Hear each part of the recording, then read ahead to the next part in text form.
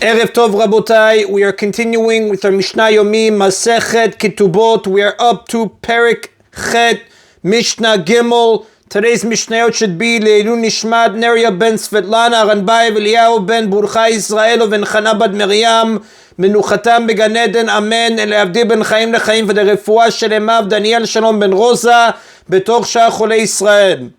Although a husband has a right to use and profit from his wife's property, the property itself belongs to her. Therefore, he may not use it in such a way that nothing is left for her. If the property is productive land, this is not a problem because the husband can farm it and reap its produce without damaging the ground itself. This Mishnah teaches how the husband must treat other kinds of property, such as money, so that the principle remains largely intact for his wife.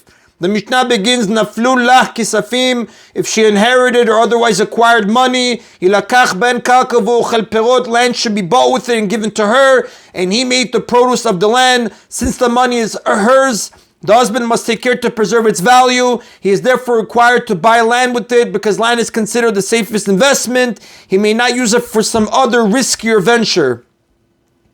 Perot atelushin min al-kalka. Similarly, if she inherited fruits that are detached from the land, yilakach ben kalka v'ochel perot, land should be bought with them and given to her, and he may eat the produce of the purchased land. Now the Mishnah cites a dispute. V'amchubarin b'kalka, if she inherited fruits that are still attached to the land plus the land itself. Amar Rabbi Meir said, Shamin otan kama hen yafin beperot v'chama hen yafin belo perot.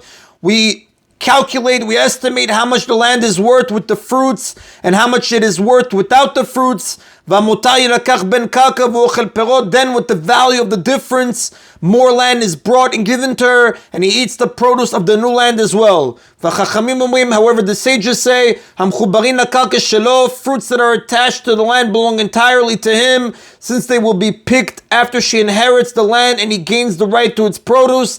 The fruits are his. According to the sages, the husband may take these fruits even though they were already grown by the time he gained the right to the produce. In their view, it does not matter when the fruits grew. Everything depends on when they are picked. If they were picked before the wife acquired the land, they belong to her, as the Mishnah taught regarding detached produce. But if they are picked after she acquires the land, they belong to him.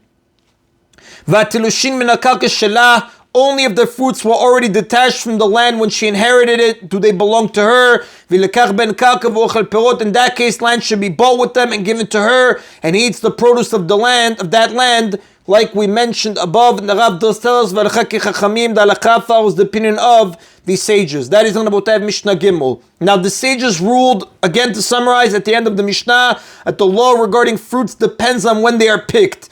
If a wife acquires land that has fruit still attached to it and they are picked under the husband's control, they belong to the husband. But if she acquires the fruits that have already been picked, they belong to her, meaning they're used to buy land which is hers. This Mishnah Dalet, teaches that the opposite applies when a couple gets divorced.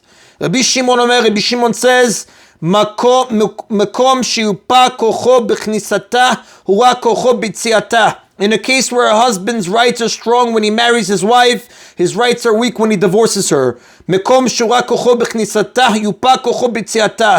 a case where his rights are weak when he marries her, his rights are strong when he divorces her. This means as follows. And the Rav does tell us,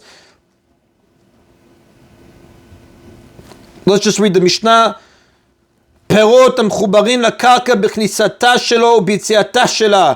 Fruits attached to land that she owns when she gets married and which are picked during the marriage belong to him, like the previous Mishnah said.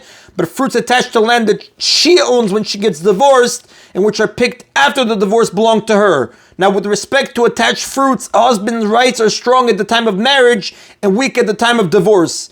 However,